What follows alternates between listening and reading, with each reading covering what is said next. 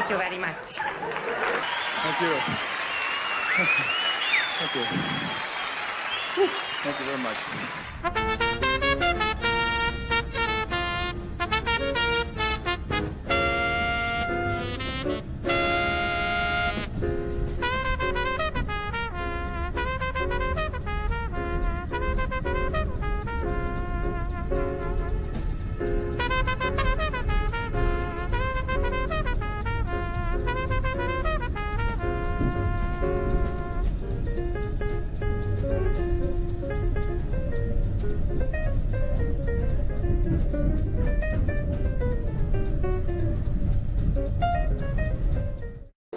Thank you.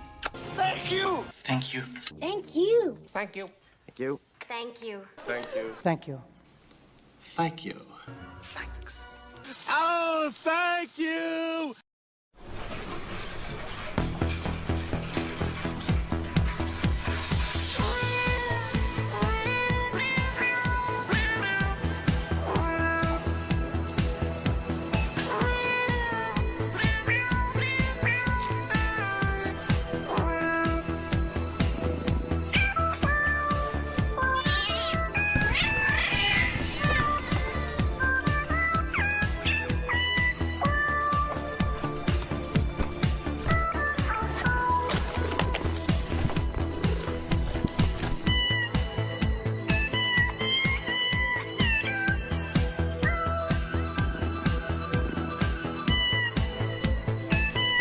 Oh, no, no, no, no, no, no, no, no, no, no, no, no, no, no.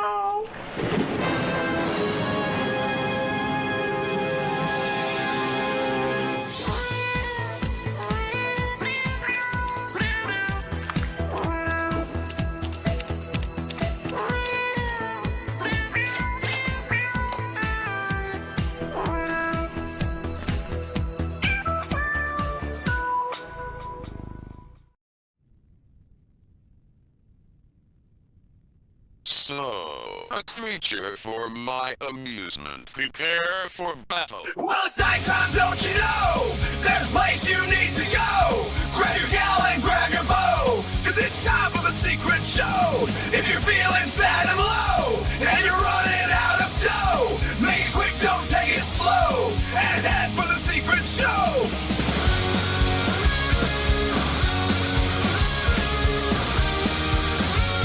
It's time for the secret show!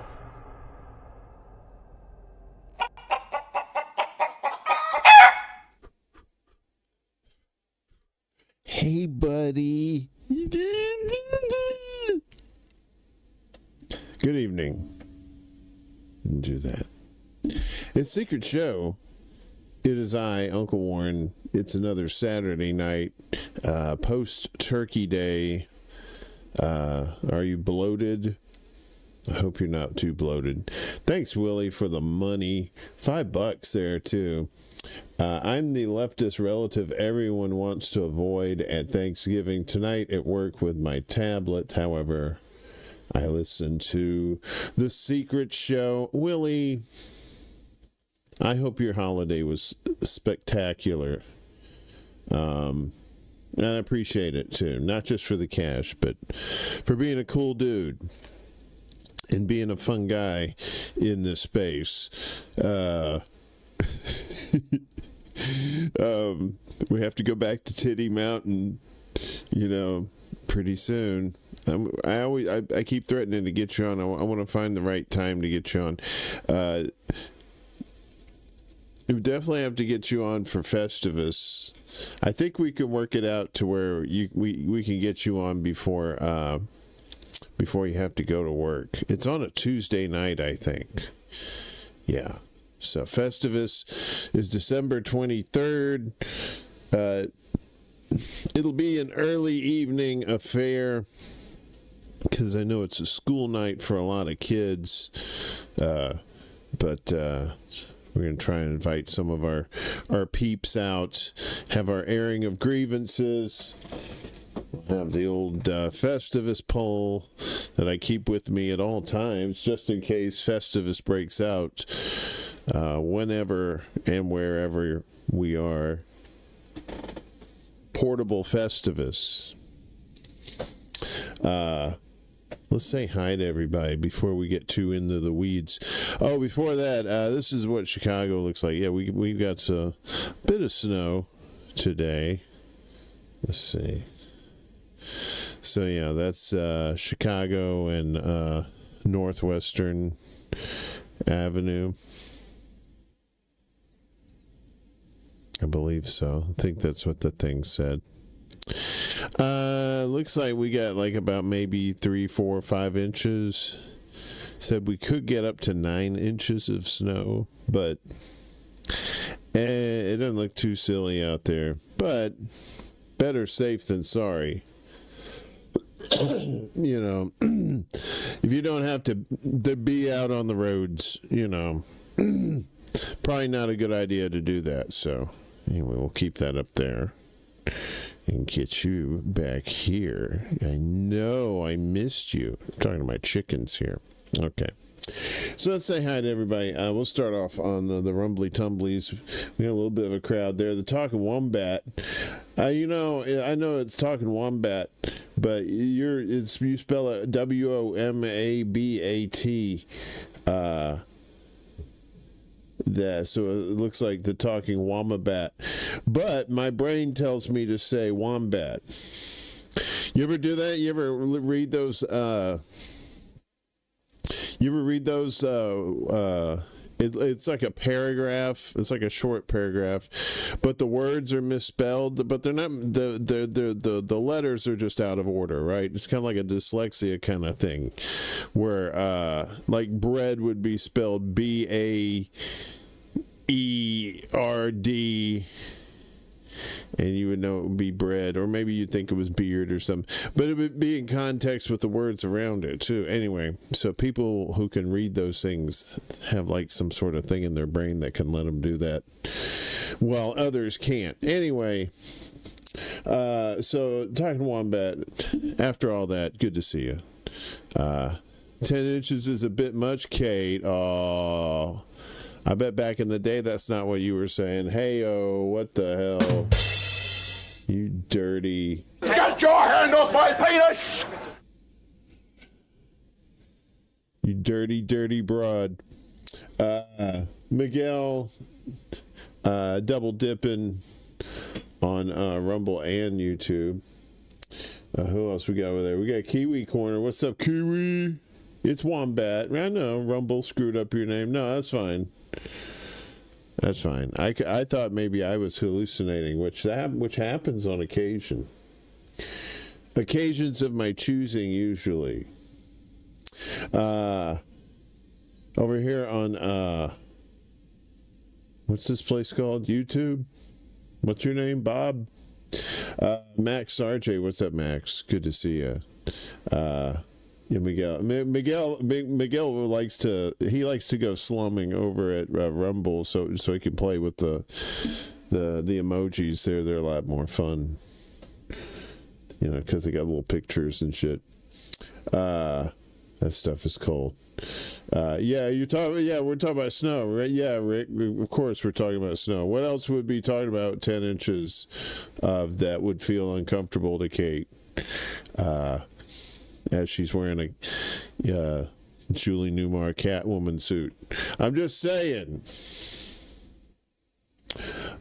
Rick, good to see you, by the way. And as always, get back to work, you slacker. Hail me. I'm supposed to be the devil. I got horns. I don't know where they are. If they're not within sight and within close reach, they're dead to me. I know they're inanimate objects, but still. That's just gonna be our shtick every week, Rick. I'm not Satan, but I'm just like middle management who's the hell's ass kisser at FIC. You know, somebody that's doing something wrong. I turned you into Satan, so it's like, hey Rick, what are you doing? I told you to stack those bodies of hate and over. Anyway, that bit took way too long. I'm a little slow on the uptake tonight. Sorry, folks. This might take a while tonight. Kate. I love Kate because Kate just rolls with it. She's so sweet. Thank you, Kate. Good to see you. Yes, I was talking about snow. I don't like 10 inches of snow. Miguel, there you are again. Yeah, Festivus school night. It's on a Tuesday night. I don't know. It's the 20th. It's Christmas Eve. So that's not bad. Christmas Eve, right? So December 24th is Christmas Eve, and Festivus is Christmas Eve. It's Christmas Eve. Eve. Only 2 Eves. We got Chuck's Intergalactic UFO shows in the mix. What's up, Willie? Good to see you. Thanks again for the donation. What the shit? Oh, kill your angry guys. Hello. Happy Thanksgiving post. And Anonymous. Moose, what's up? Did you have a good Thursday while everybody else was doing Thanksgiving over here, Moose? It's Christmas Eve. I don't like to say Christmas because it makes it sound too official. So I like to say crumma. Like my homies, my home slices, they say crema. And I do too. What else we got up in here? You might be 100% free that night on a Tuesday, Willie. Yeah, as I'm trying to get everybody as early as possible to get on and have your airing of grievances. It's your chance to get on there and bitch about some stuff. Yonina, good to see you. Always a pleasure, my dear. CBC voter, I see you in the mix. I see you.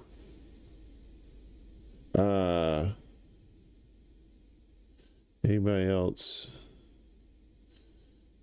I think we got everybody. If I missed you, Peace Dove.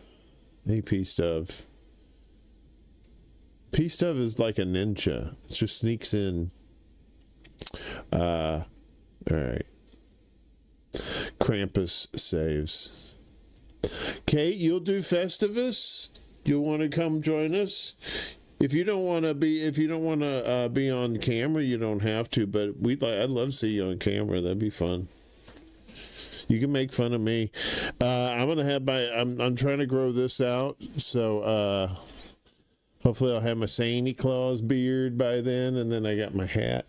It hurts when I do that. Santa hat. Can't really do it right now. Not set up. Still got these headphones on there. See. Oh, Santa Claus is gonna rob you this Christmas.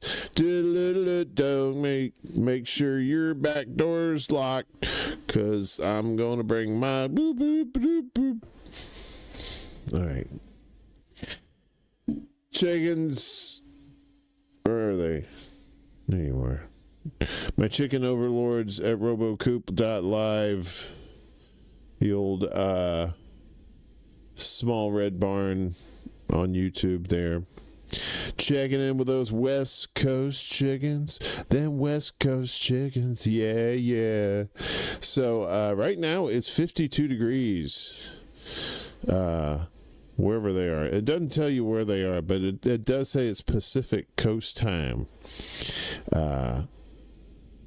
Yeah, so 52. It is, oh shit. I think it was 32 here just a few minutes ago. So, here in Chicago. How's everybody doing? How was your Thanksgiving? What did you do? Anybody do anything fun? Anything doing it? I mean, if you just went over to somebody's house, like if you, just went, hung out with family or something like that, that's cool. Not everybody hates their family. I know that seems like,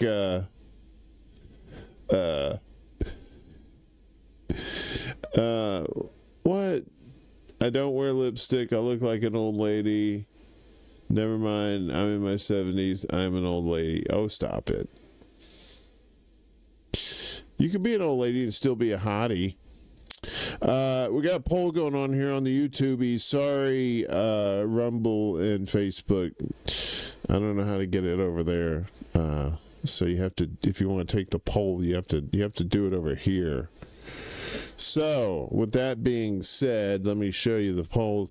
So later on, Because We Are a Gang, they do the Family Feud ripoff thing, which is very funny. And this year, they're talking about people at Thanksgiving that you would need to avoid the most. And these are 4 choices I put up here. One of these is the number one answer. So far, political uncle is in the lead at 50%. Then you got drunk uncle at 21%, and then drunk aunt, and then the let's take a walk cousin, both at 14% with 14 votes cast so far. So we'll have the final results before the video coming up later in the show. I always like the let's take a walk cousin. The let's take a walk cousin, when I was a little kid, I never got to go with the let's take a walk cousin. But then as I got older, I did. And usually it was cigarettes.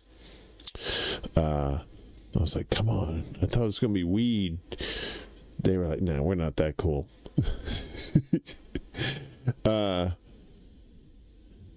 Tiger Wombat said, I had 2 friends come by for dinner. I cooked 2 racks of pork ribs. Ooh. Someone brought scalloped potatoes. Ooh, those are good too. And green bean casserole. Oh, did it have the crispy onion thing on the top of it with the things? And another brought white pumpkin pie. Oh, why are they gonna be racist? I'm kidding. Yeah. Let's take a walk, cousin. Was your vote nice? Yeah. All right, so we'll have that later in the show. Also, if you're brand new around these parts, please obey the Pollo Mexico, for he can steal your soul in the night as you sleep if you don't like, share, and subscribe to this nonsense. All right. So, let me see how that worked. We're going a little slow. I was still down with the tryptophan. Although my buddy Ed said that that's all bullshit, that it's not the tryptophan that makes you sleepy. It's the fact that you ate 800 pounds worth of food that made you sleepy. Like, well, okay. But you like to blame it on one thing, right? Because that's what we do. We like convenience, don't we? So that pre-show commercial there, during the thing, there was some weird German cat commercial. I guess some cat food commercial. It was from Pentaforce, Pentaforce, on your local YouTubes. So the next video up here is just some silly stuff. This is just funny AI videos. And I know some people are like, I don't like AI. AI is evil. And it's like, well, yes, it is, but at the same time, if they can entertain us before they destroy us as a society and as a species, you know, we should enjoy the treats that they give us. So this is just some rando video shit. Enjoy or not, it's up to you. Don't worry, Harold. A small penis isn't such a big deal. I don't know, Doris. I kind of wish you didn't have one at all. Small What's the penis. difference between a hooker and a drug dealer? Well, a hooker can wash a crack and sell it again. How much do you love me, honey? Look up in the sky and count how many stars there are. That's how much. Babe, it's 9 a.m. in the morning. There aren't any stars. Exactly. Come on, push. You got it. Just a little more. I'm right here. That's me. It's so heavy. Breathe and drive it up. There it is. Lock it out. Lock it out. Nice. I knew I had. Bill, do you remember when we got married and you promised to make me happy for the rest of your life? Yeah, I remember. But I didn't think I would live this long.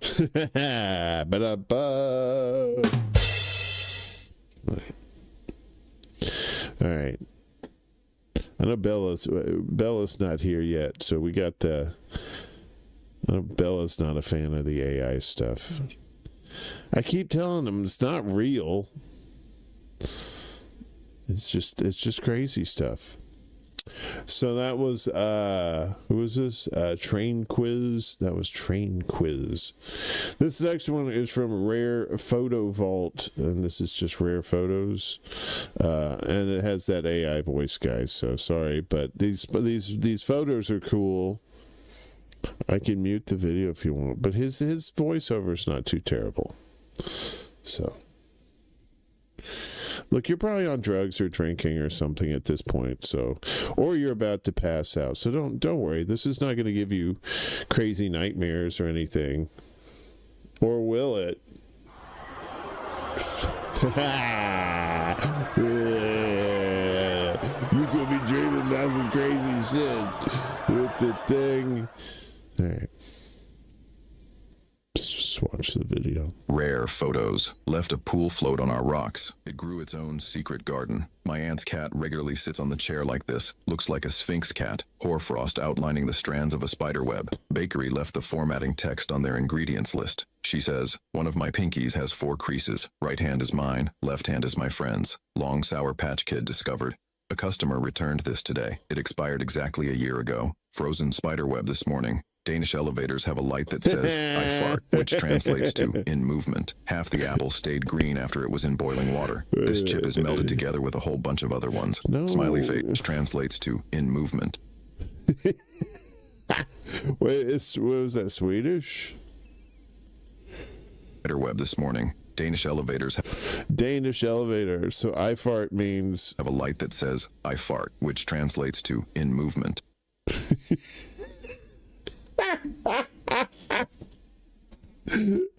I fart is Danish for in movement. So if you're ever in Denmark, just go up to somebody and go, I fart.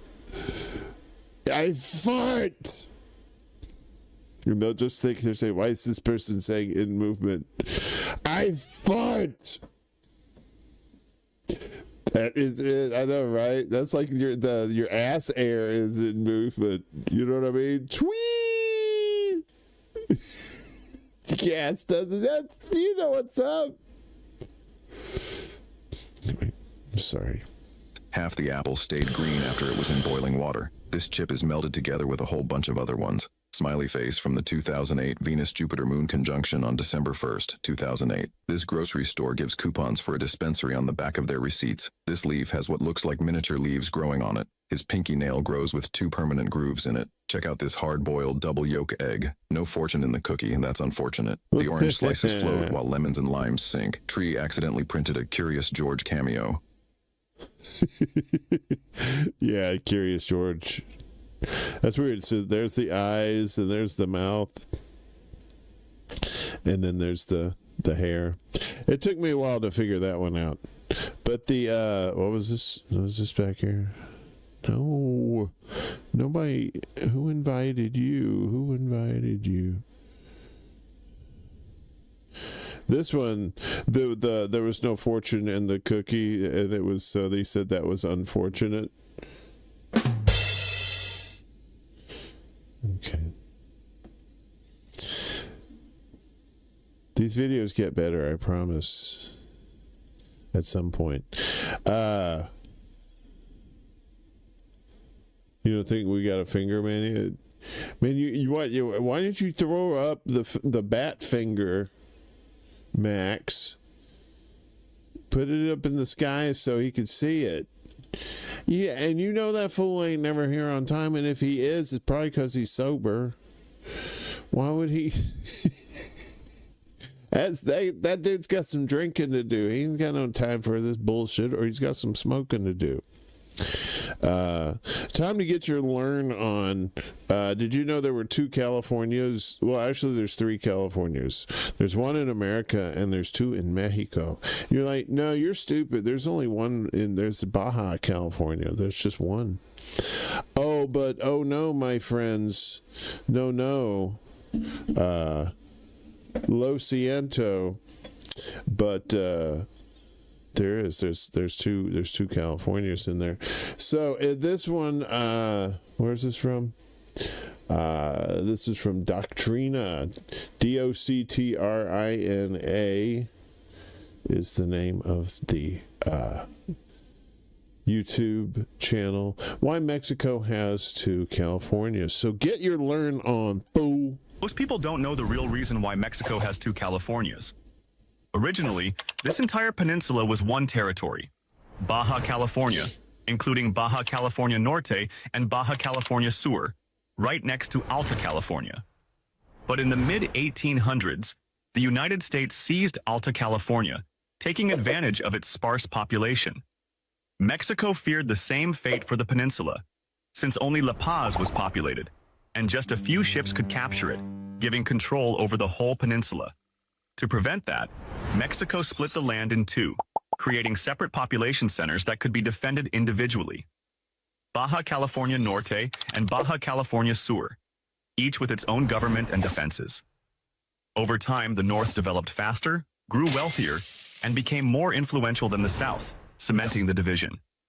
That's why today, Mexico isn't home to 1 California, but 2. So yeah. And yes, you are correct, sir, that California was Mexico. Ghost Start, what's up? Did I say hi to you? Oh, you just popped in. Okay. California Sewer sounds right. Sewer. No, silly. Wait a minute. I know what you did there. All right. So yeah, I didn't know that. I just thought it was just the whole thing was Baja. Just like there's a North and South Baja Fresh. If you if you go to the North Baja Fresh, you could get extra guacamole. And it's, I'm kidding. None of that's true. Or it could be true. What the hell is this?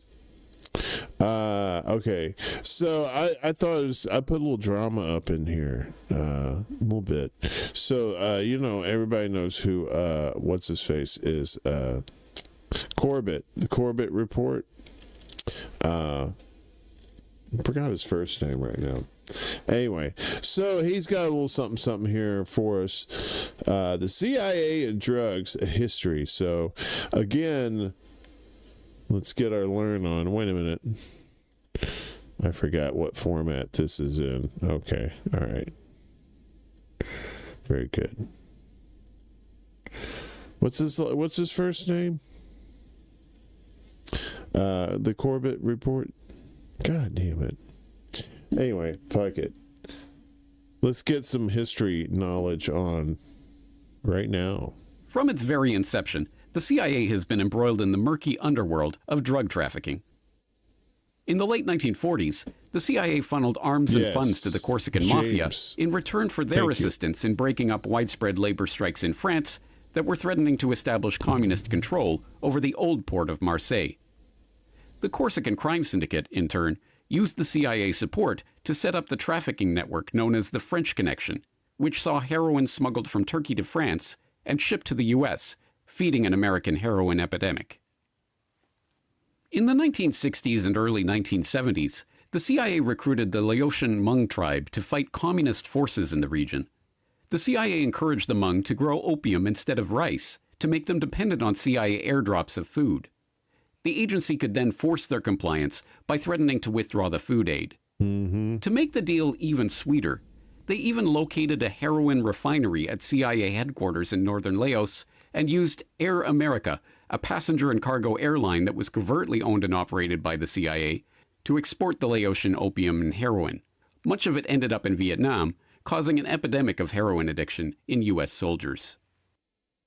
In the 1980s, the locus of opium production shifted from the Golden Triangle, where the CIA was disengaging, to the Golden Crescent, where it was engaging with the Afghan Mujahideen in their CIA-funded struggle against the Soviets. That's populicious. Look at that. It makes me want to run out and get up to an opium den right now. I don't know where I would go for an opium den. Like in olden times, apparently they used to be everywhere, and now they're just like, well, it's probably somebody's house. I don't want to go to somebody's house. You can do that with anything. But opium, is that a thing?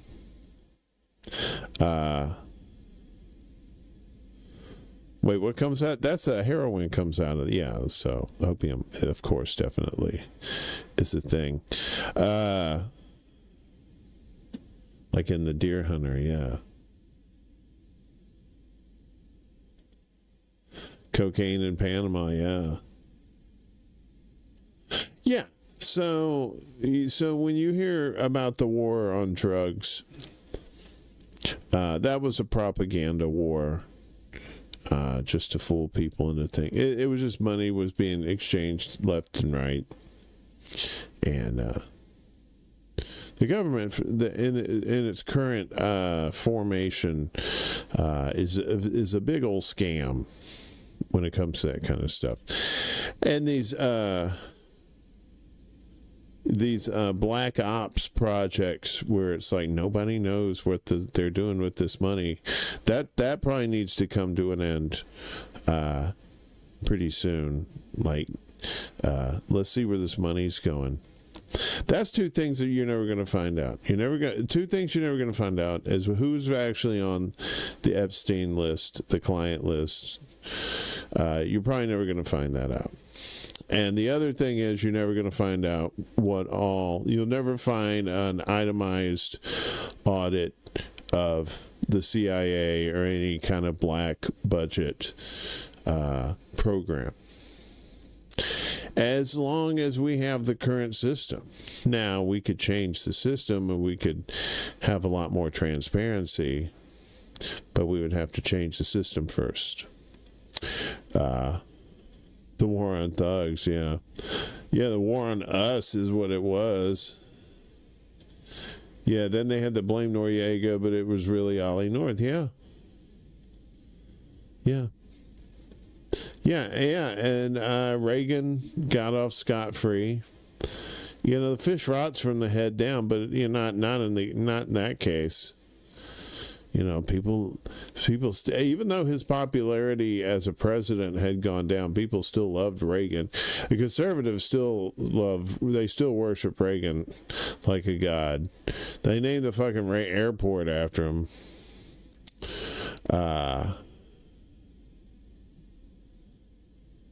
What's up with the audit of Fort Knox? Oh yeah. Oh yeah, that's all. Well, yeah, he was gonna. That's all Trump's bullshit. They were gonna. He was gonna end the Ukraine-Russia war in 24 hours too. Remember who said all that? That's the thing. It's like if you've been paying attention to Trump for a long time, since way back. Since he was like calling for the execution of the Central Park Five, these kids that got blamed for raping a white woman, I think, and they had nothing to do with it. But, you know, because he's the son of a Klan member, you know, he's been... If you've been paying attention, like I said, people know what a racist piece of shit he's been. He's been a shitty business guy, always, you know. doing this, like, ducking under bankruptcy, in and out. And, and people knew he was full of shit. And it was just like, it seemed like a whole bunch of new people who had no idea what he was about came along, was like, hey, he's different. At least he's not like those other scumbags. Anywho, propaganda fake and gay. I prefer propaganda, not to be confused with Cash Panda. Cash Panda. Your Cash looked like he'd be up there with Dr. Teeth, man. I told you that the other night. I think, or was it yesterday? We were talking about, God damn it, I forgot the name of that band again. The Electric something. Now it's about Venezuelan. Yeah. But what's the end game? I mean, this seems like another, like Biden had a hand up his ass. He was a puppet. Trump has a hand up his ass. Trump ain't at the top of no food chain. That's for sure. Right. He is the Flavor Flav of this bullshit that's going on in Washington. He's the hype man. He does all this shit. He tells you he's going to do all this grand stuff he has no intention of doing. Then he does this wild shit he didn't tell you he was going to do, and that people don't like. The electric Kool-Aid acid test. No, it was the Dr. Teeth from the Muppet Show. This band, it was called the Electric something. And Chuck told me yesterday, and now I've forgotten because my brain is cheese. You guys still betting if I'm going to pass out? I just look like I'm about to pass out, but I drank coffee. I drank coffee before the show, so I've learned that's what I do. I take like a little nappy poo, and then I have some coffee. Not the Electric Company. Damn it! Don't make me look it up. We'll figure it out. It'll come to me later. Damn. I hate that band. I love it. I love that band, but I hate their name. It's the Electric something. Anywho. So, our buddy, Baby Burt Reynolds, a.k.a. Morbid Facts, dude. You had some coffee earlier, too. Yeah, we're in the same time zone, so you and I are up. All you can think of is Boogaloo. Boogaloo.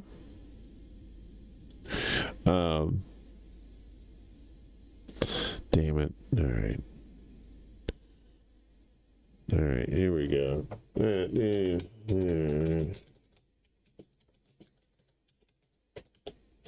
I have to look it up. The Electric Mayhem. Dr. Teeth and the Electric Mayhem. Fuck yeah, Dr. Teeth, man. Dr. Teeth. I always liked that. That was like one of my favorite bands when I was a kid. I love me some Dr. Teeth, man. I mean, that was my favorite part of the Muppet Show, I think. I mean, I liked Gonzo and the other characters, but as a whole, that was the band, man. It was Janice, hey man. Okay, so Morbid Facts here, but this is Rarest Videos. This is film that was taken in the late 1800s in Jerusalem, and then they did some like kind of digital fix to it, right? You know how like film looks so jerky and stuff, like it's like, everybody's like walking real fast and shit. So they fixed it. It looks really cool. So check this out. From our buddy Morbid Facts. This colorized footage of Jerusalem in 1897 is the closest thing we have to a working time machine. Yep. Watch his face.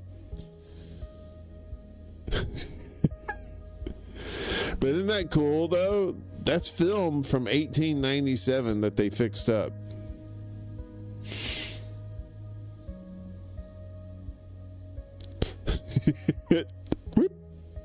This rarely seen deep-sea creature known as an oarfish washed ashore in Mexico earlier this year. Oarfish normally live thousands of feet beneath the surface and can grow up to 30 feet long, which is why their sudden beachings have fueled legends across the world for centuries. Their serpent-like bodies have inspired old nautical tales of sea monsters, and in Japan they're known as messengers from the sea god, believed to appear before major disasters.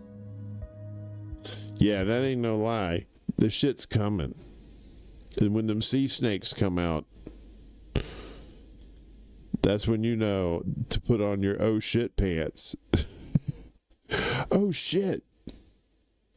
You had an espresso at the corner cafe at 5 p.m. I like a nice espresso. You know what I like too? Is Vietnamese coffee. There's this Vietnamese joint near Chinatown.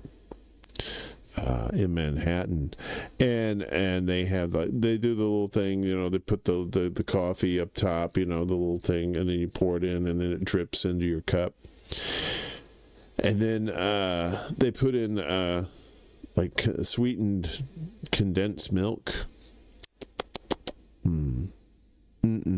So good. Who was that? That was Morbid Facts. So this next one is Rolling with Ophelia. That's Rolling with OPHELIA on the YouTubes. How to live rent-free in New York City. Yes, there are ways that you can live on the cheap in New York if you're willing to sacrifice space, patience, or if you can get creative like this person here did, and let's see, I think we could turn that down. So yeah, they converted a 40-foot school bus. The dog's name's Ricky. This was a 40-foot school bus. That's Mr. Leahy. From the Trailer Park Boys. They have a fully equipped kitchen, a dining room table with hidden storage. See, there's some of the buses. Wood-burning stove. This is their works / gaming station. Couch that converts into a queen-size bed, I think, for a guess. Hydroponic garden to grow vegetables and herbs, and probably some other stuff too. What? You know what I'm saying? Propane and propane gas heaters. Map of everywhere they've been. Master suite with walk-in closets. So this is their that thing up top's an AC heater unit like you see in hotels. I think that's pretty smart. There's a shitter, but you can see the end of the shitter. I don't want anybody looking at my meat and taters while I'm taking the Browns to the Super Bowl. So that's the shitter, which looks kind of nice, right? Look, it's got a little bathtub too. What? That dog's like, get the fuck out of my house. 270 square feet of space. Their home is larger than most New York City apartments. The thing is, let's see, we have everything we need to live comfortably in the Big Apple. Yeah, until somebody breaks in your shit. That dog's like, that dog ain't gonna protect shit. That dog's probably gonna get eaten. If they're in the Bronx, they're going to get eaten. See, the thing is, I lived in New York, and I know this. They crack down on people parking on the streets and stuff with these RVs and these school bus kind of things, these contraptions. And they don't tow you or anything, but they will if you stay long enough. So a lot of times you kind of move around. So, and I guess that's kind of a cool thing. If you want to live in different spots in New York, you can, you just get in the driver's seat and go. But yeah, until the tow truck comes along. Yeah, that's the dog. That dog said, "You put the fuck out of my house." He's still there. He's still saying, "Go on." He's going, "Go on, bitch. I told you to get out of my house." See, I love shit like that. I want to do something like that. Like, I've seen all kinds of box trucks, like these like city delivery truck.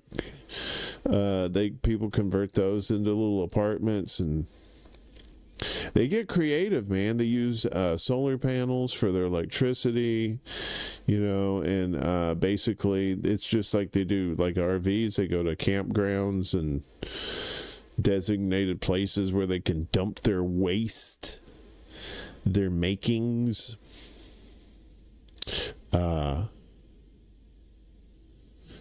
Stealthy living, yeah. I mean, and it's some people are, a lot of people are starting to do this now, where it's just like they don't want to have a rent, they don't want to have a lease, they don't want to have a mortgage.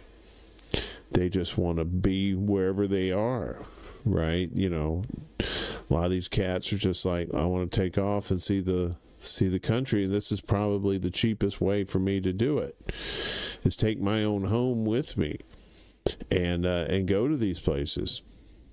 But then you're seeing people like sleeping in their cars, doing like this.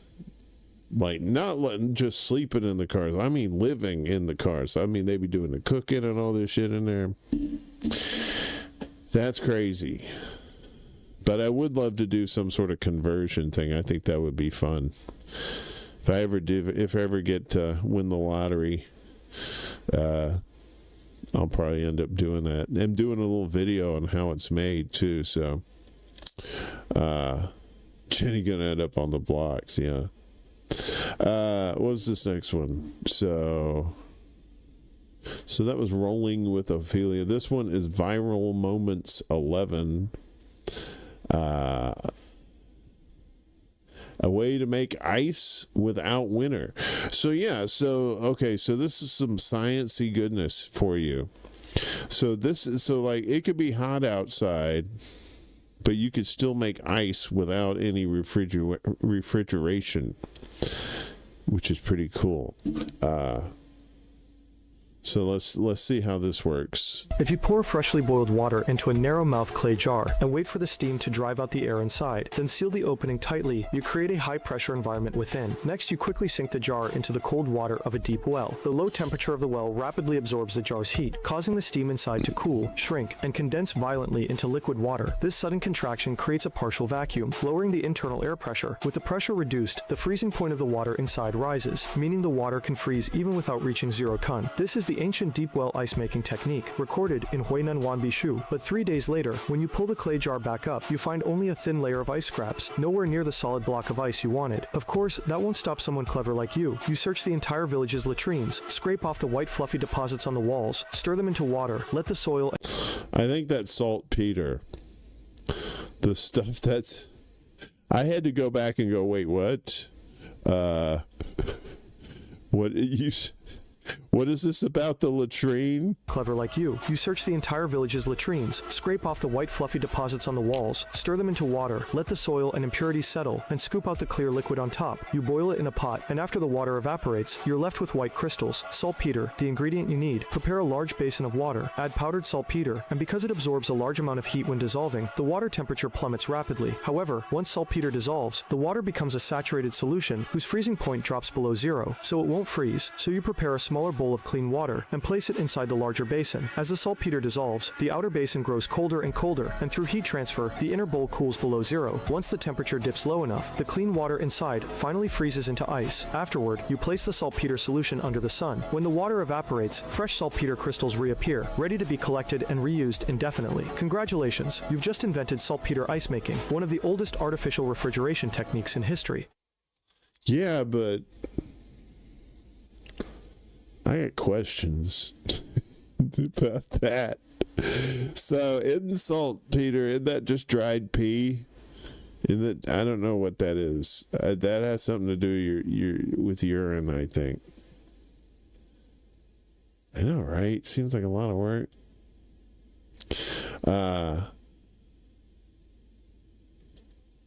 Didn't Harrison Ford do that in The Mosquito Coast? I don't know. I can't remember. It's been a long time since I saw that movie. But apparently that's part of the Philosopher's Stone or something. I don't know if that's some Harry Potter shit.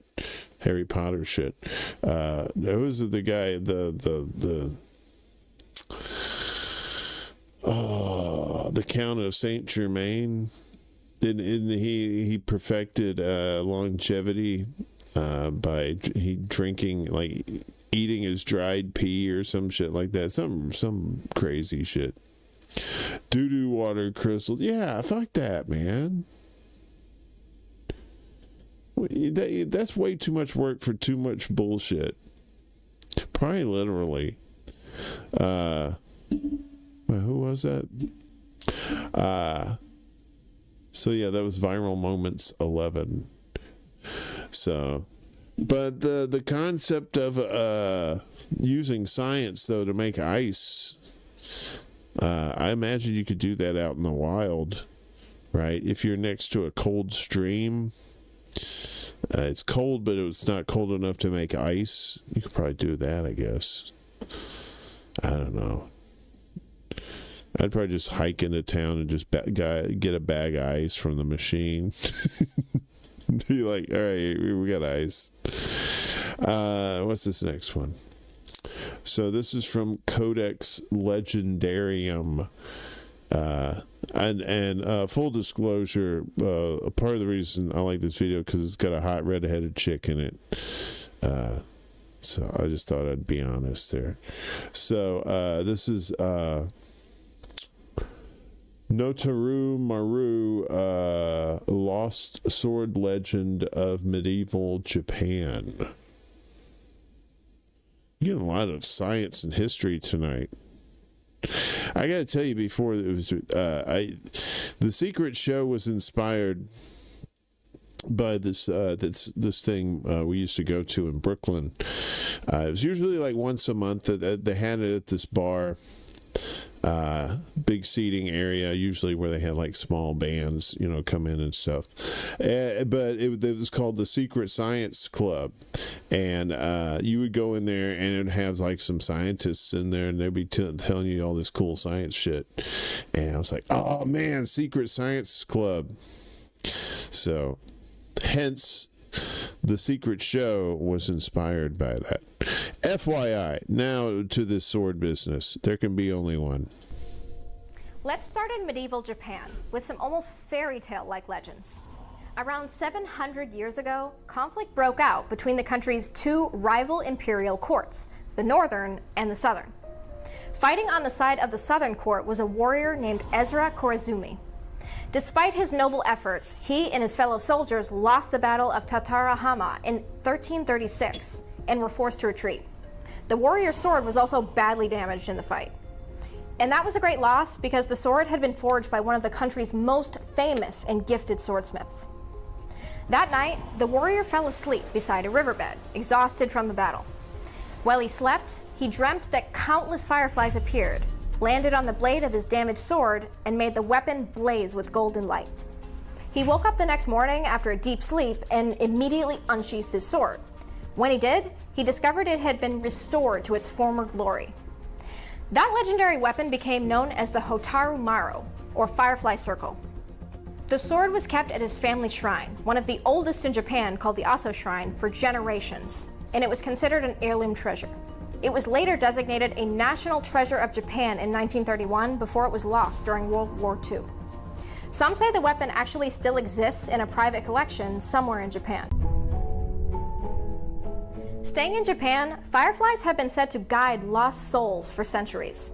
Legends say the bugs actually help those who have passed away to navigate the boundary between life and death, and light the way towards reincarnation. The earliest of those stories calls them the lanterns of the world.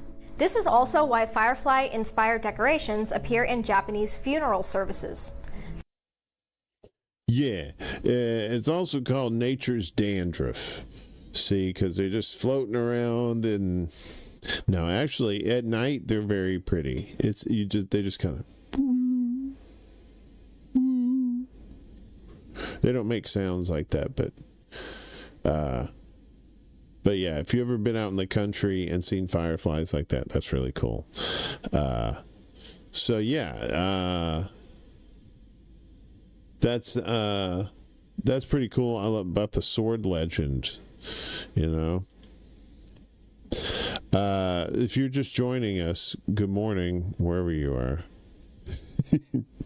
Whatever the hell you're doing these days. But now you feel bad. Well, if you put holes in the lid, hopefully you put holes in the lid, you'll be fine. Oh, hey, who won the Egg Bowl? I haven't checked yet. Yeah, I think you said you went to the Egg Bowl, didn't you? There, Peon. 10 o'clock in SoCal. Oh yeah, it's just past midnight here. So the next thing, this is a fun one. I found this. I told you she was cute, right? She's a cute redhead chick. She has pretty eyes too. I'm an eye guy. I like women's eyes. That's the first thing that attracts me. And a lot of my guy friends are like, "Yo, right? Yeah, first thing you see is their boobs, or you know." I mean, eyes and a nice smile. I mean, I'm not Ole Miss one. Fuck Ole Miss. Oh, did they? They did the. They did the Darth Vader choke, but they didn't need Darth Vader. They just did it themselves. Their coach died a couple of years ago. That really kind of threw them for a loop. But I'm amazed they're doing as well as they are. Yeah, leg man. Well, she's got great legs, and then you look up and she's like, you're like, Jesus. You're like, come on, fucking Butterface, man.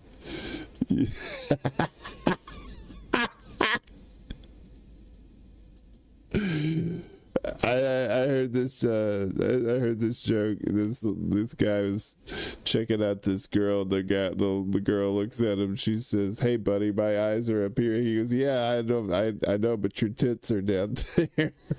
So he was basically, who gives a fuck about your eyes? But I mean, I'm old school. I like classic beauty, man. Don't tase me, bro. All right, so this next one's fun. This one is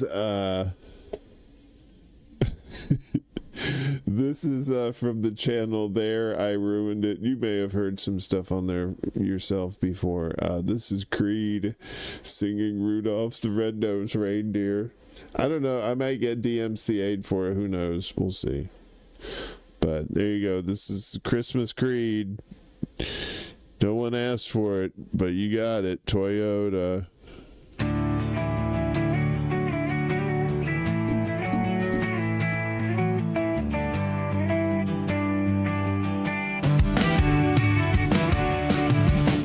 Rudolph, the red-nosed reindeer, had a very shiny nose. I'm not Eddie, and if you ever saw it, you would even say it glows. All of the other reindeer used to laugh and call him names. They never let Rudolph join in any reindeer games. And one foggy Christmas Eve, oh, Santa came to say, "Can you take me higher to a place where snowmen see? Can you take me higher to a place where sleigh bells ring?" Then how the reindeer loved him as they shouted out with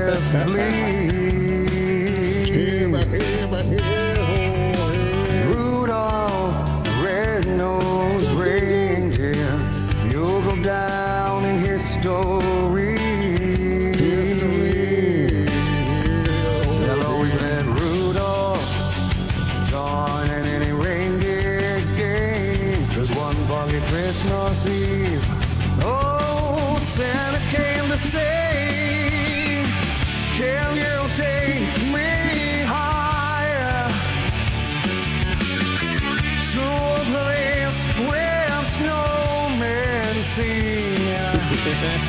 Can you take me higher to a place where sleigh bells ring? That's beautiful.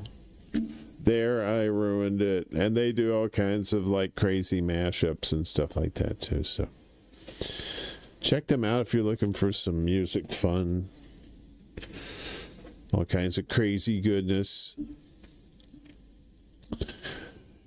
Yeah, Creed is Dollar Tree Pearl Jam, right? They're Christmas Creed. They're Christian Pearl Jam, aren't they? Basically.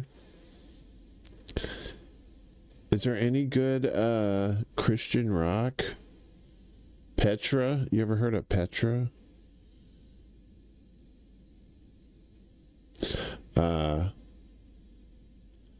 Yeah, hankering for some more sleigh bells. I know, the sleigh bells was a nice touch on there, right? I'm probably going to get dinged for copyright. Yo, you was playing Take Me Higher. No, I wasn't. Fool. Stupid algo idiot rhythm. Smell like farts. This one's fun. All right, so this is kind of stupid. So this is actually a Michelle Platty. I've never heard her Platty. She's reacting to this video, but this video is funny. Apparently they think he's a time traveler, but we're gonna look at Jars of Clay. Striper, yeah, I've heard of them. I've heard of both of them. Yeah. Cool Creed. Can you take me higher? Yeah. That was at that time where, yeah, you had a lot of hair singers, right? Eddie Vedder, that guy from Creed. A couple others who were doing that too. Just like in the 80s, you had like the I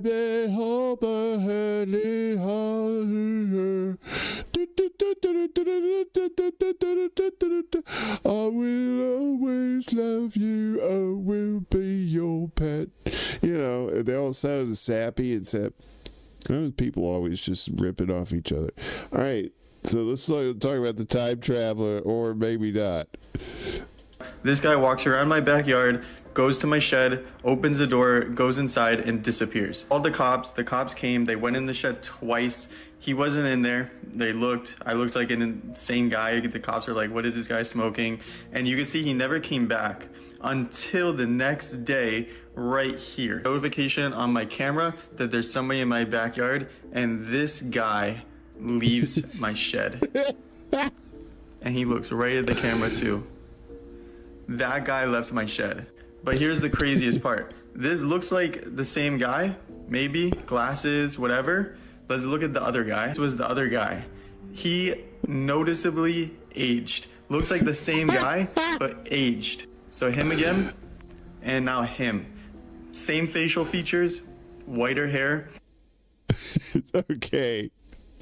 So that the guy thinks that the guy's coming out of that shed is a time traveler, and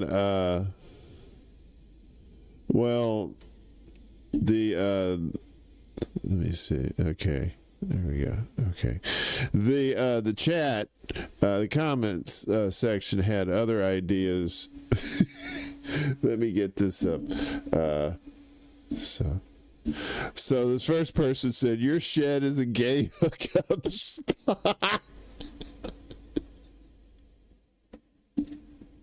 It's got like 7,000 likes.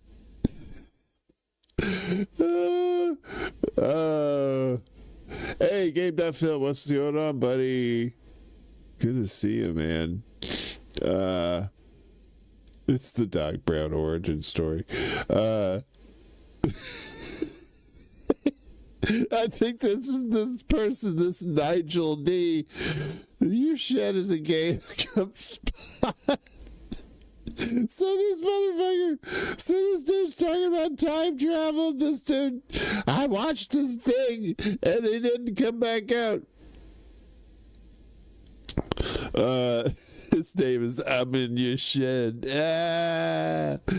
Gay hookup spot comment has me crying. Father and son playing jokes around the yard. His shed is a portal. The same thing happened to me after 35 years of marriage. I call it bullshit. The guy is a potential time traveler and for some reason has utilized this particular location to move within the temporal corridors of time. Somewhere in the universe is an abandoned backpack. What's with Mrs. Potato Head at the bottom of the screen? Wait, with Mrs. Potato Head. Oh, this lady. Oh, don't be mean. That's just mean. Don't say that. Simple solution, burn the shed to the ground. Yeah. So they seem to be split between a portal and a gay hookup spot. So the debate will rage on. Yeah, it is. I think it is. I'm pretty sure it's a grinder hookup spot or some sort of hookup spot. Yeah, the comment section of that is funny. Hold on a second. Let me do something here. If you want to read the comments yourself, I'll put this in here. One moment, please. What the shit?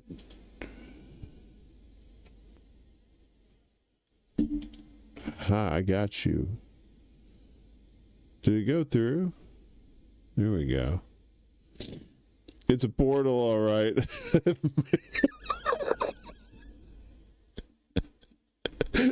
portal, all right. Of man pleasure.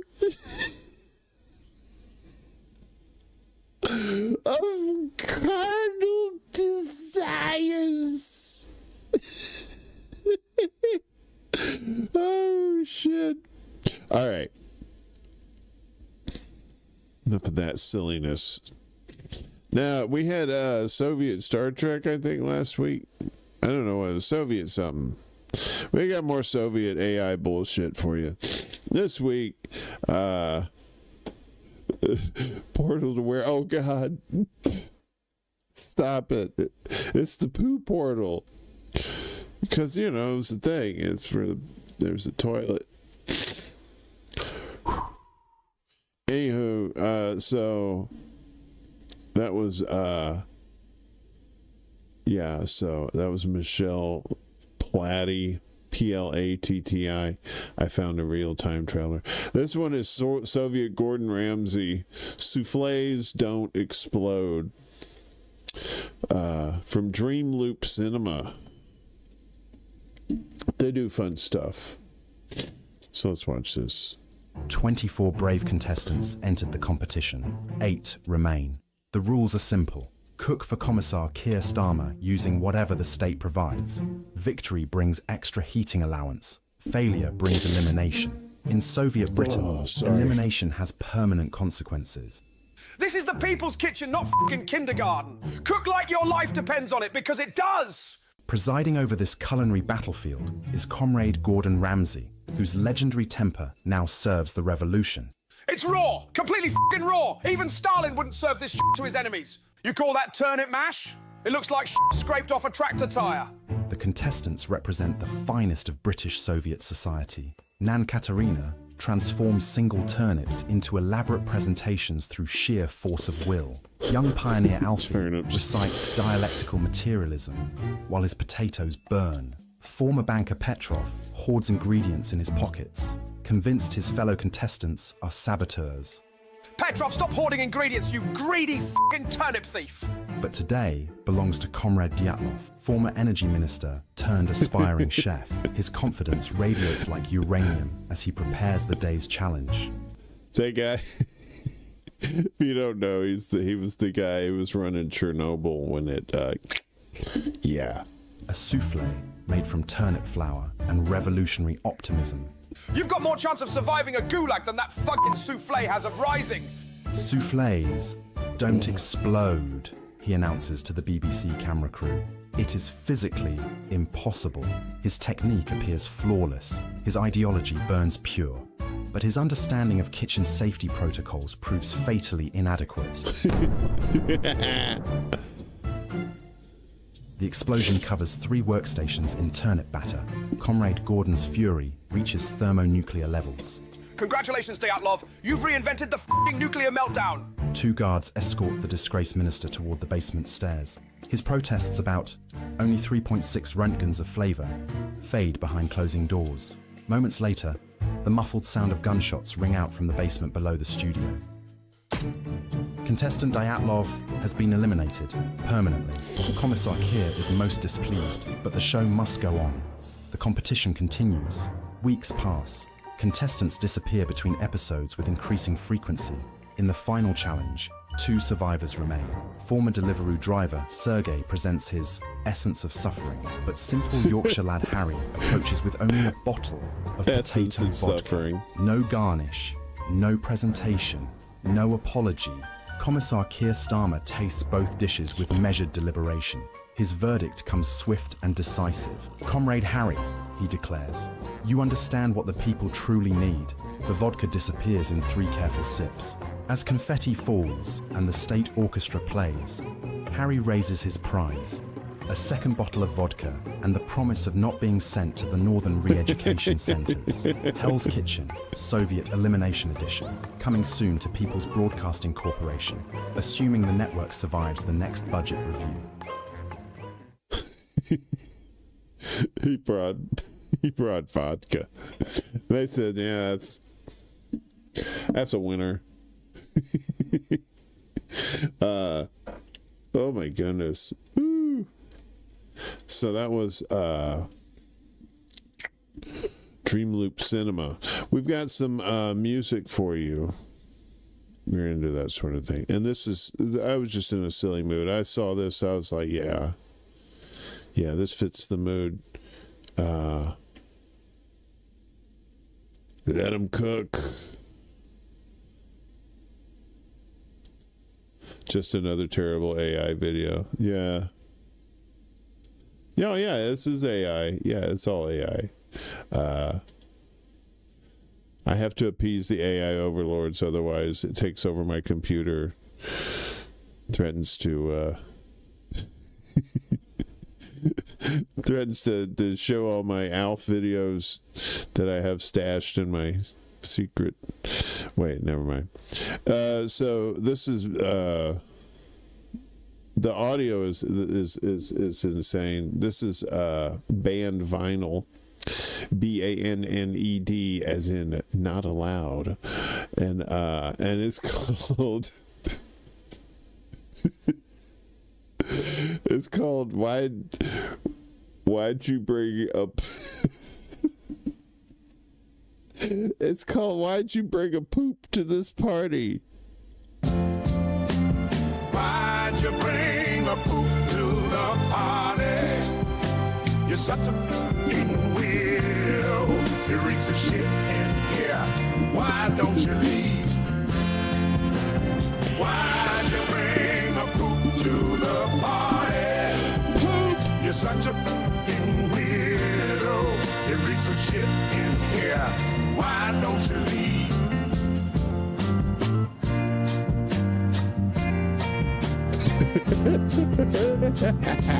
I can't tell if you're stupid or smoking something whack. Kitty! I know you're never coming back here now.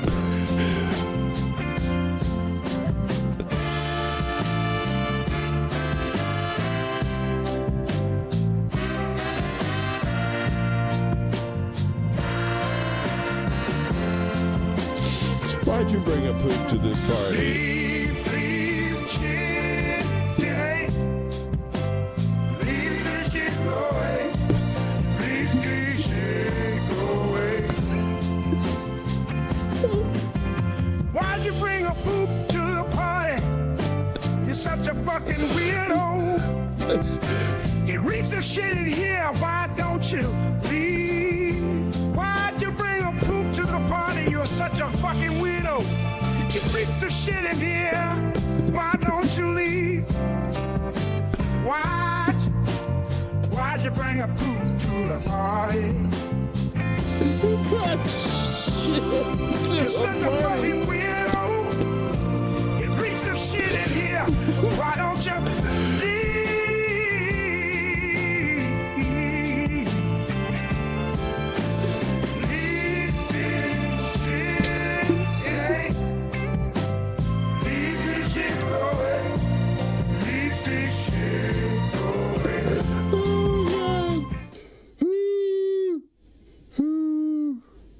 Who brought a poop?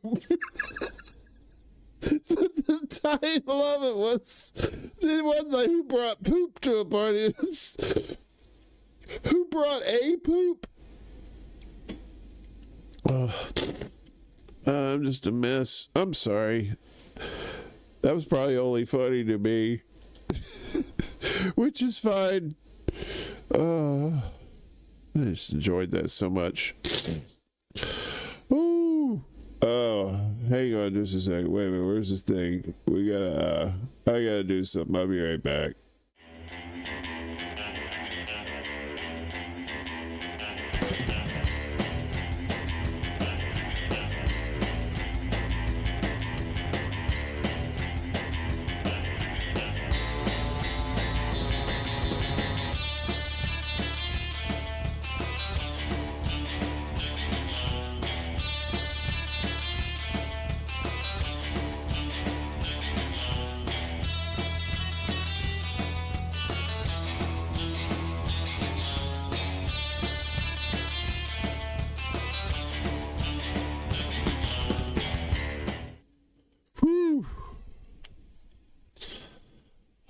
No, I had a snot break. Sorry, I was crying too much. All right, I'm all right now. So who was that? That was Band Violence. So the next one is Tim from Kicking Herald, and he's given us some rock trivia for you this evening. Yeah, I know, right? A little ding ding ding ding ding ding ding ding ding ding ding ding ding ding ding ding ding. I made that in GarageBand like about 20 years ago, something like that. So this is Behind the Rock Band. What is it? Let's not let the suspense wait any longer. When a broke guitarist was about to quit music, he got a call that changed his life. Back in the early 2000s, a struggling musician who had passed the age of 30 got a call from his grandmother, and she wanted to have the talk. His sweet grandmother was worried about him and wanted to know what he was going to do with his life. She was starting to think this music thing wasn't such a good choice. He gave her the speech that every musician knows very well. This is my dream. This is what I want to do. I'm going to try to be a famous musician. But she let him know it's okay if it doesn't work out for you to find something else that's a little more stable. And not too long after this conversation, the guitar player decided that his grandmother might be right. So he borrowed $2,500 from his dad so he could join the Set Designers Union and work in the movies, and then the phone rang. On the other end of the phone was his friend named Duff. He asked him if he wanted to join a new band. Velvet Revolver, yeah. Do you guys like Velvet Revolver? It had, did it have what's his name from Guns N' Roses? Did you say Duff? Was in that? Was Duff in that, or that was Slash? Where was Duff from? Wasn't he from Guns N' Roses? I don't know. Anyway, good little music trivia for you. More trivia for you. This one is fun. This is from this guy, Treehouse Detective. He's fun. Was he in? Was Duff in GNR too? Okay. So basically, this is public access TV show host accidentally uncovered real conspiracy. Duff was in Guns N' Roses? Okay. And he was in Velvet Revolver too. Okay. Because I knew Slash wasn't in Velvet Revolver. Velvet Revolver had, what's his name from STP, right? Stone Temple Pilots. Scott Weiland? Is that his name? That guy's dead now, I think. Because I think Scott Weiland was their lead singer too, wasn't he? Or am I just making all that up? I'm probably just making that up. I'm waiting because there's a 10-second delay between me and you. So if I'm getting a response, I'm just going to wait a few seconds. Anyway, so this is Treehouse Detective dude, and he's funny. So this is the public access TV show host in the 90s accidentally uncovered a real conspiracy. So yeah, let's take a listen. This is fun. Not many people know this, but in the 1990s, there was a conspiracy theorist with a public access show where he ranted about crazy crackpot theories every single day, and nobody took him seriously. But then after he died, it turned out he was right about everything. In the late 80s and throughout the 1990s, there was a man named Clay Tiffany who had a public access TV show called Dirge of the Charlatans, where he would sit for hours on end and just rant and ramble about all kinds of conspiracy theories about elite government corruption within the city. He would talk about judges laundering money through nonprofits and NYPD officers falsifying crimes to throw people in jail, and members of the NYPD acting as roving gangs and enforcers for the mob. But then something happened to Clay Tiffany. In March of 1997, he was pulled over by an NYPD officer named Nick Tartaglione, who said that he had seen Clay Tiffany's show and wanted him to stop talking about the NYPD, and that he was connected to the mob, and if he didn't shut up, he would have him taken care of. Or at least this is what Tiffany claimed the following day on his show, where he talked about the incident. And as Clay Tiffany claims, the next day after this broadcast, Nick Tartaglione showed up at his house, threw him against his police cruiser, arrested him, and brought him in on some made-up disturbing the peace charge. But Clay Tiffany was not going to be bullied, and he would not give up. So the next several years on his show, he did a full investigation of Nick Tartaglione, sending in a bunch of requests with the Freedom of Information Act to the government to get documents about him. And he dug up a ton of dirt, like multiple police brutality reports, a bunch of excessive force complaints, and unexplained departures from dozens of his previous police jobs. And in response, Clay Tiffany claims that he was attacked and brutalized by Nick Tartaglione and his cop buddies multiple times throughout those years. The first incident, he was attacked outside of his home again. The second incident, he was thrown to the pavement and beaten outside of a town meeting. And the third incident, he was beaten so badly that he was hospitalized for weeks. Tiffany ended up suing Nick Tartaglione. He didn't win, but there was an undisclosed sum settled out of court. But more importantly, he had lost any credibility that he ever possibly had because of these repeat accusations of Nick Tartaglione, and people started actively calling for his public access show to end. So in the early 2000s, that's exactly what happened. The show ended and Clay Tiffany disappeared from public life. And in 2015, he died from heart failure. But in 2016, Nick Tartaglione was arrested for the execution-style murder of 4 men in a drug trafficking job gone wrong. Clay Tiffany was right. Nick Tartaglione was mob connected, he was corrupt, and him and his buddies were running as enforcers for the mob within the NYPD. And what's even crazier is that Nick Tartaglione was, at one point, Jeffrey Epstein's cellmate and the last person to ever see him alive that we know of. And real quick, if you like my videos and you want to see more in-depth writing from me about pop culture, movies, TV, video games, weird historical facts, so on and so forth, you can do that here. That's pretty crazy. Public access guy, a television guy, basically like public access David Icke, going on there telling all these conspiracies, and then when he dies they find out, oh wait, he was telling the truth. Yeah, what do they call it? Wait 6 months, and then it becomes conspiracy fact. I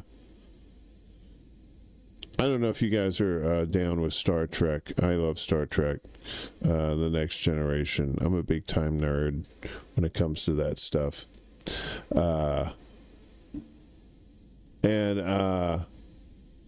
So this next one, where is this? We did Beyond the Rock Band. So this next one is from Picard Looking. It's a Captain Jelico tribute. So there was one episode where Picard was going out on a mission, and Ronnie Cox, veteran actor, came on to play Captain Jelico to take Picard's place. And he's a by-the-book kind of guy. So there's an actual ode to him. And we should watch it, and we should enjoy it.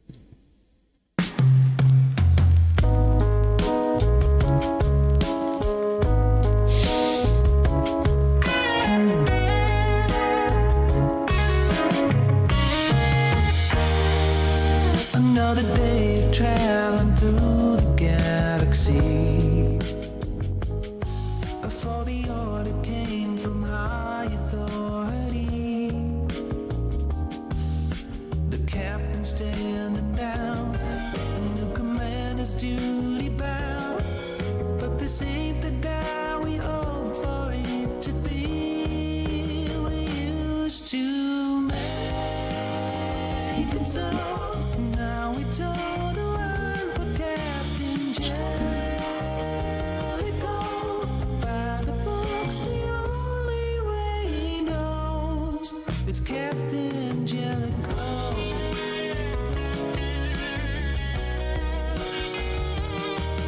When negotiation needs diplomacy,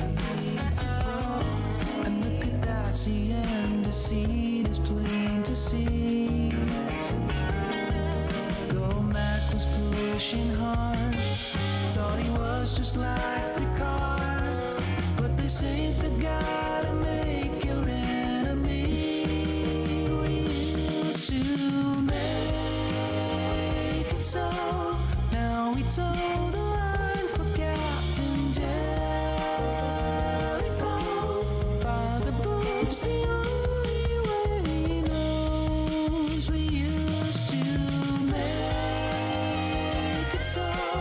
Now we toe the line for Captain Jelico. By the books, the only way we know. But Captain Jelico. Jelico. For Captain Jelico. For Captain Jelico. For Captain Jelico.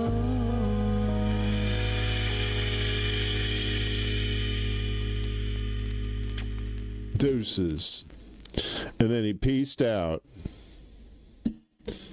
Ronnie fucking Cox, baby. Hell yeah.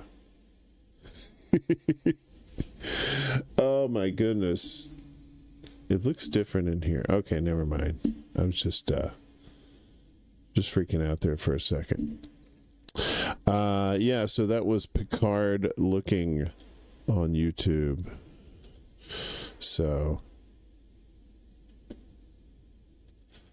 Ronnie Cox, man. Yeah, he got rid of Picard's aquarium, and that's when what's her name? Counselor Troy. She started wearing uniforms after that instead of whatever the fuck she was wearing before that. That camel toe business. Jelico ain't down with the camel toe. He said the only O around here is the Jelico. This next one, what is this next one? is NoliDee, and it's the story of Minnesota Nice.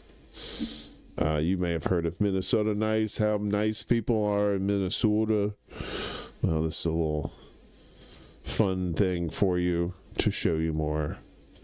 Did you see they're building a ballroom at the White House? Oh, is that right? Yeah, they're probably going to use it for quinceañeras or bingo or gun weddings. Guns deserve to be happy, too. Yeah. Yeah. Oh, yeah.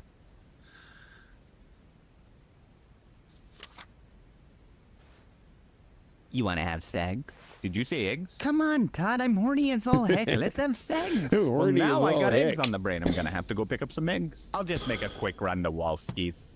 Todd, you know what the doctor said about you and your evening egg habits. I know, but all my thoughts, they're eggs now. So I don't know what to tell you. You go out there now, you're going to get stuck doing something nice. You always do. I'm just going for some quick eggs, Bunny. We're having segs when you get back, Todd. Segs after eggs. Eggs first, then we can talk. Oh, hey, Todd. Good to see ya. You're getting the eggs here, I can see. Yeah, I'm buying these eggs here. Nice, nice. You hear about that quantum entanglement thing they got going on in the sciences? Nope. Yeah, it's the particles they're getting tangled up across space and in time, like when your headphones when they get tangled up with your car keys. Well, I got those AirPods now. Those are nice. I was gonna get some for Maggie for her birthday, but then she got the hepatitis instead. Yeah. Yeah. Okay then.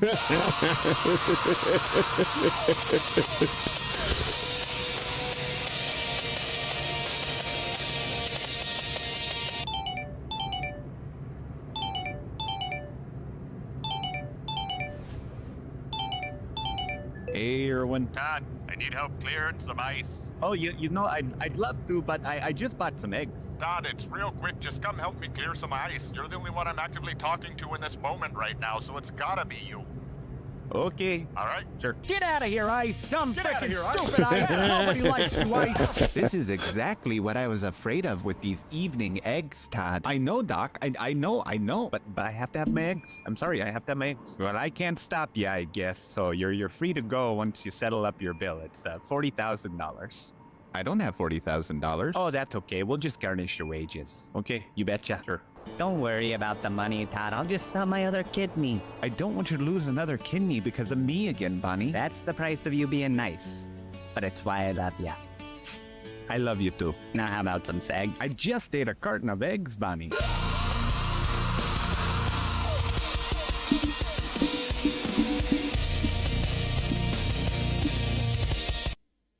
That was pretty good. That was some NoliDee. I just want some segs. Just want some segs. Just want some segs between her legs.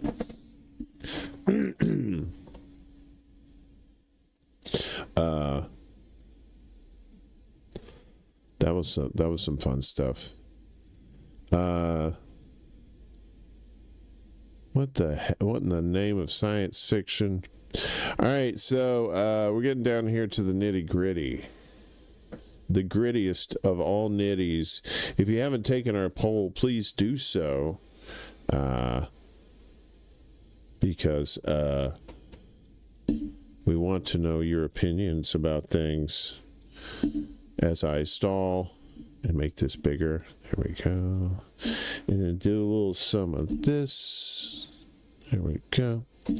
All right, so here's the thing, the poll, according to the Because We Are podcast, who should you avoid the most at Thanksgiving? So 22 votes, very good. What is the name of science fiction? Oh, what in the name of science fiction? What in the name of science fiction? According to the Because We Are podcast that we're about to play for you here in just a moment, according to them, who should you avoid the most at Thanksgiving? So 36% of you have said the political uncle, whereas, the let's take a walk cousin, 27% of you said, no, I'm not taking that walk with you, cuz I know where you're going. Drunk uncle at 23% and drunk aunt at 14%. Most of my aunts and uncles were prudes. They weren't drinkers. Kind of boring. Our family reunions were just kind of They were okay. So most we'll get to it. So this is the Because We Are podcast. Love these guys. As I say, I don't appropriate black culture. I educate myself with these guys. So they hook me up with black culture. And although I don't think this is so much of a black question that they're talking about tonight. This is, you could talk about all kinds of cultures having these same people at Thanksgiving. So this is Because We Are. Let's check them out. This is the Family Feud. This is called Because We Feud, because they don't want to get sued. We asked 50 black people. You're bringing your significant other to your family's Thanksgiving dinner for the first time. What kind of family members are you warning them about? Trendell. Damn, 7 answers. The weird uncle that be touching too much. The touchy uncle. It is going to be up there. Number 3 answer on the board. Do you think you can beat it? You know what's funny? At least 6 of these 7 answers are going to be uncles. I've been waiting. The scammer. So it's usually an auntie. It is not up there. Shit. T, you gonna play or you gonna pass? I'm going to play. Yeah, I'm gonna take Hod's lead and say, yeah, it might be another uncle, a drunk uncle. The drunk unk is the. So if you pick drunk uncle in the poll, in the question tonight, congratulations, drunk uncle is our big winner. The number 1 answer on the board. All of these answers is gonna be uncles. Everybody wants to be unk until it's time to be one of these unks. My stuck-up auntie. The stuck-up auntie. Put a name on that bullet. He said my stuck-up auntie. He said, that is not gonna be up there. My Hotep uncle. Hotep uncle. Yeah, we all got one. It's not gonna be up there, but I love that answer. My old-fashioned grandparents. They might say some shit. Old school grandparents. It's gonna be up there. The judgmental grandmother. Judgmental grandmother. My aggressive cousin? I don't know. How aggressive is he? Like, what does he be doing? He a Q. He a Q? He be strolling in the kitchen. The aggressive cousin is not going to be up there. That's just high, by the way. It is me. It is me for sure. I'm gonna try to piggyback off of what he was trying to go with, and I'm gonna say my competitive cousin. It is not up there. Oh, damn, boy. Number 7.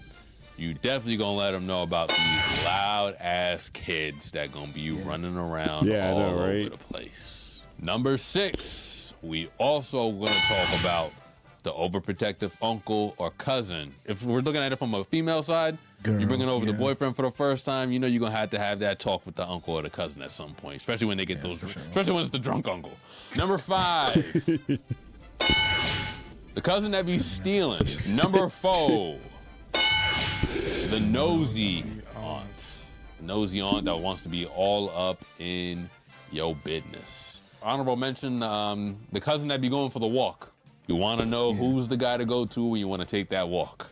You wouldn't need to warn them about him, but definitely you want to spot that guy. Because it doesn't matter. You could be at some sort of function. It could be as benign a function as it could be a family reunion, whatever.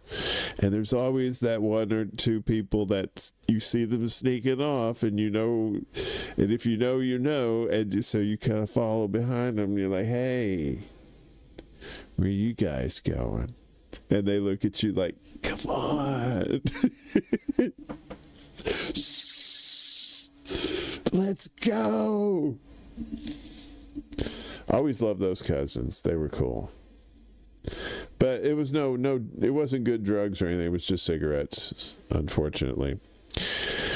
We're getting close to the prize at the end of the road, which is think that's a lyric from a Foo Fighters song. As we're getting to our Solidjj cartoon for tonight, and tonight it's the Congress of I don't know what this is. Anyway, they got some Nazi shit in here, so be careful about your delicate sensitivities. Not that I care. Right, Scott, what is this place? Well, Reed, welcome to the Council of Reeds. The Council of... And all of you are... That's right. We're all Reed Richards from different dimensions, all joining forces to make our multiverse a better place. Absolutely amazing. So am I to believe that you wish to induct me into the council? That is correct, but I must warn you, it is under dire circumstances. You see, we need your help to save not only your world, but countless others. Well, whatever it is that I could do for you, I'm glad to help. Great, just what I wanted to hear. Allow me to start by introducing you to some of the other members of the council. That there on the left is Reed 6154. He saved his world from Galactus by offering himself up as his herald.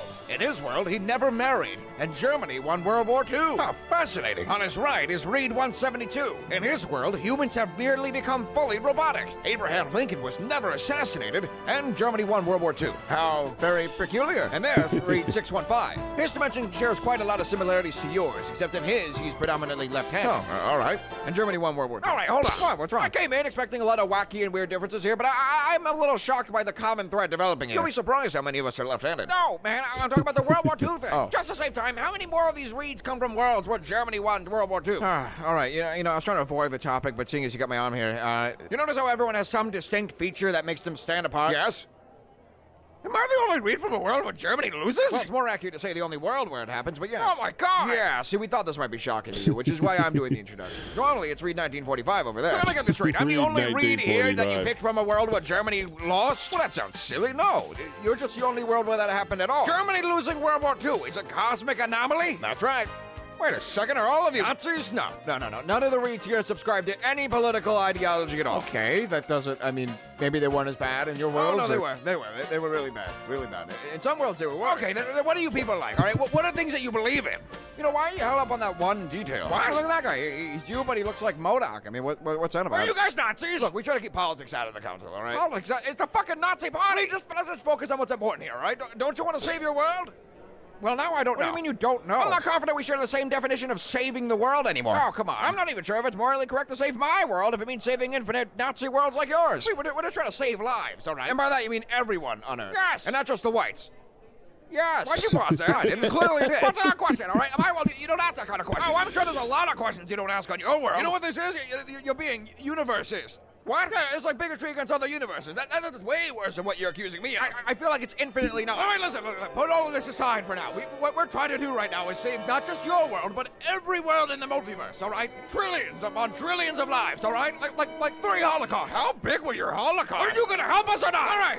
I'll help you, and then I'm on my way. And I never want to see any of you again. Hope your world doesn't have mirrors, Dick. What did you even need from me? What exactly could I bring to you? We need a pilot. A pilot? Yes, out of all the infinite ways that we've garnered our powers, yours is the only world where you flew directly into the cosmic rays. That's true, but I didn't fly the ship. You didn't? No, of course not. That was Ben.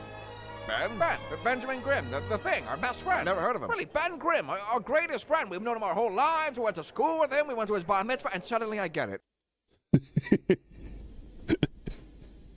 Ben Grimm was Jewish. And, yeah.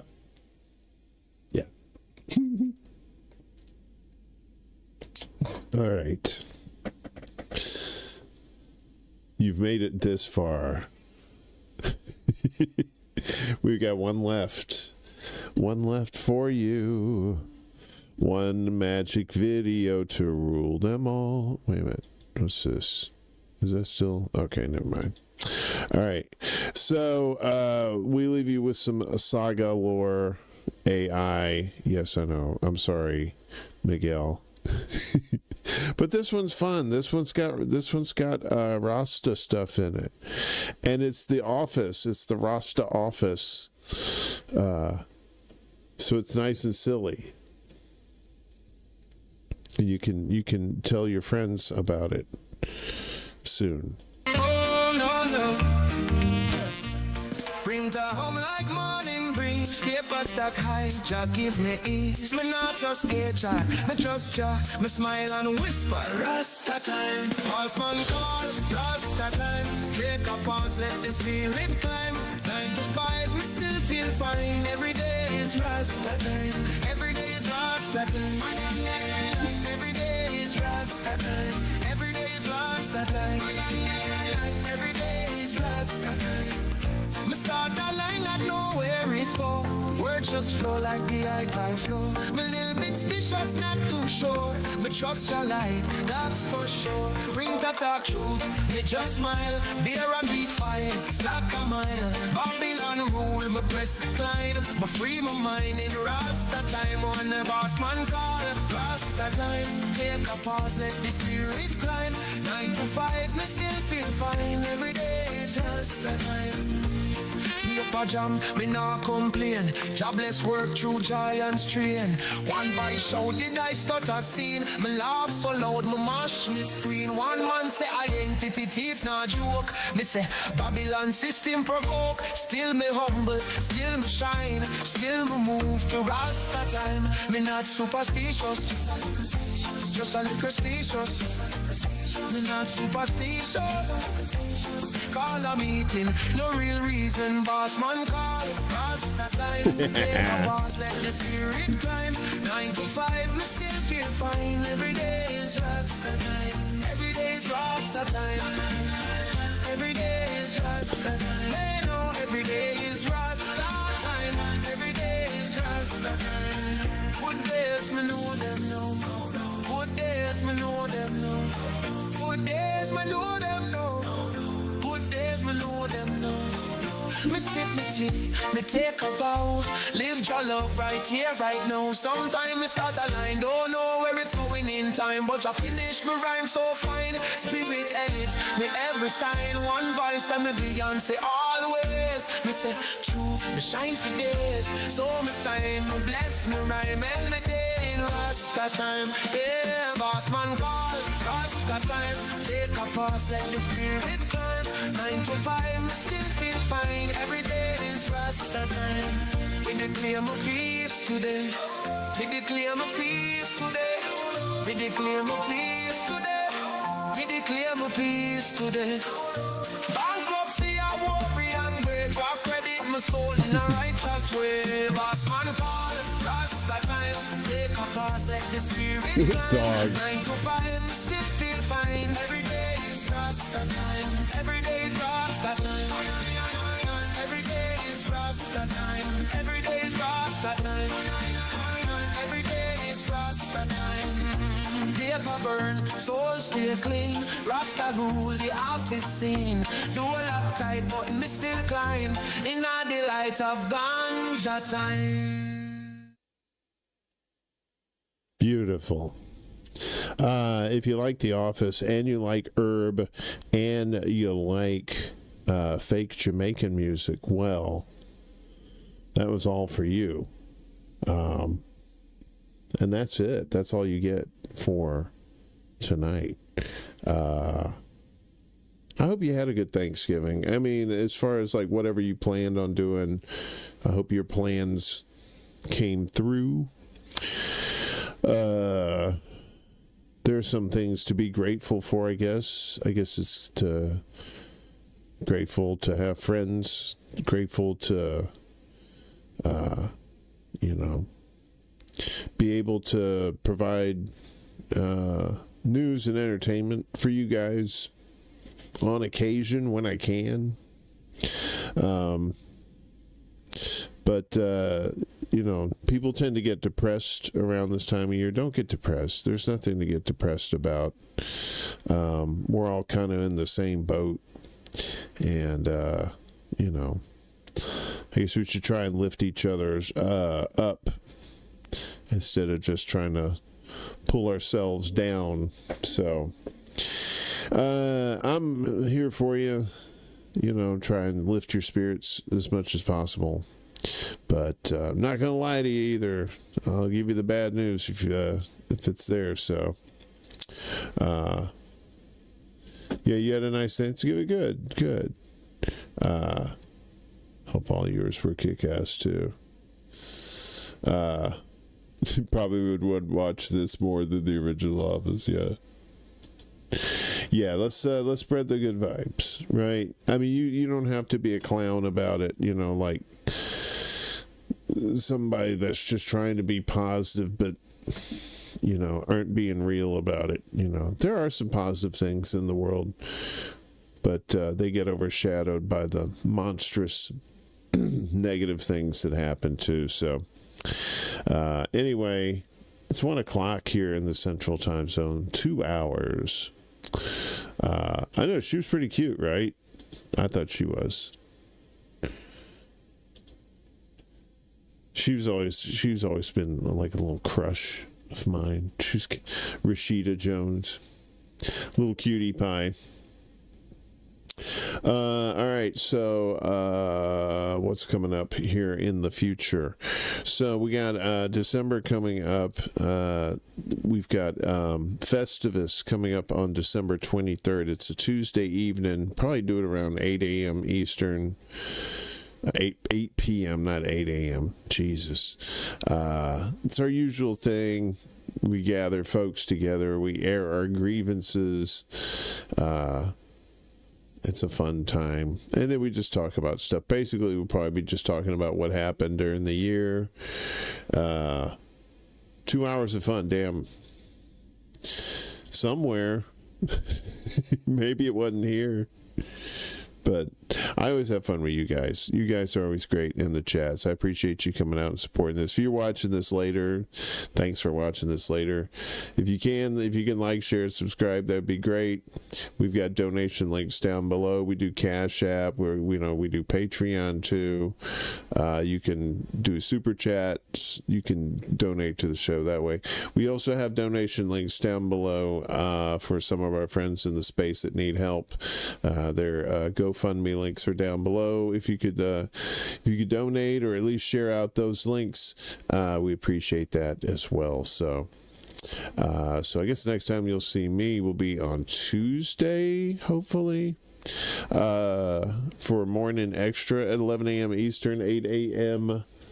Pacific time, and then with Laney on Wednesday for the Undercurrent, same time.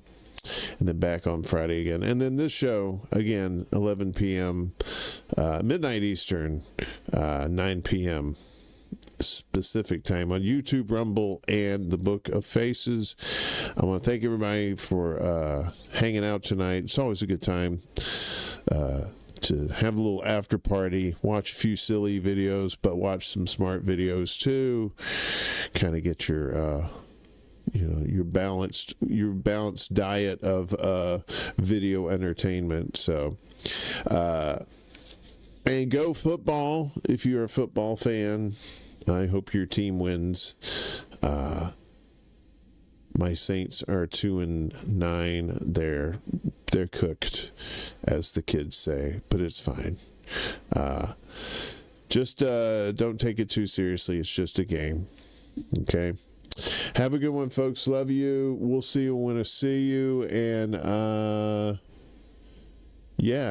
take care of yourselves, all right? Peace. There can be only one. Yeah!